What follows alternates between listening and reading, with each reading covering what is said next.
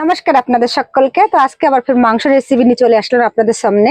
মাংসগুলোকে দিয়ে দিচ্ছি ধনিয়া পাতা, ভেজে রাখা কারি পাতা, দিয়ে দেবো গরম মশলা, তেজপাতা, 4-5টা কাঁচা লঙ্কা, পেঁয়াজ কুচানো, আদা বাটা, রসুন বাটা, লঙ্কা বাটা, লবণ পরিমাণ মতন, হলুদ, কাশ্মীর লঙ্কার গুঁড়ো, 1 বাটি দই, সর্ষের তেল 1 বাটি, হাত দিয়ে ভালো করে মাখিয়ে নেবো।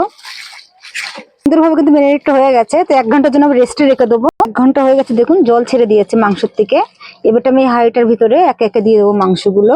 পেঁয়াজ বাটা দিতে ভুলে গেছিলাম, তো আমি উপর থেকেই দিয়ে দিচ্ছি। ভালো করে মাখিয়ে নেবো। আবার অল্প একটু জল দিয়ে দেবো, লেগে না যায়। ঢাকন দিয়ে ঢাকনাটা বন্ধ করে দিচ্ছি। এই যে একটা পাতিলা দিয়েছি পেপার ফয়েল দিয়ে ভালো করে বন্ধ করে দেবো। দেখুন আগুন খুব গনগনি করছে, এর মধ্যে আমি দিয়ে দেবো এখন হাঁড়ি। মুখটা কিন্তু খুব সুন্দরভাবে বন্ধ করে নিয়েছি, চারিপাশ বসিয়ে দিয়েছি। আর এই কাঁচা মাংসটা কিন্তু আমাদের বাড়ির সবাই খেতে ভালোবাসে। আপনারা কারা কারা ভালোবাসেন কমেন্টে একটু জানাবেন।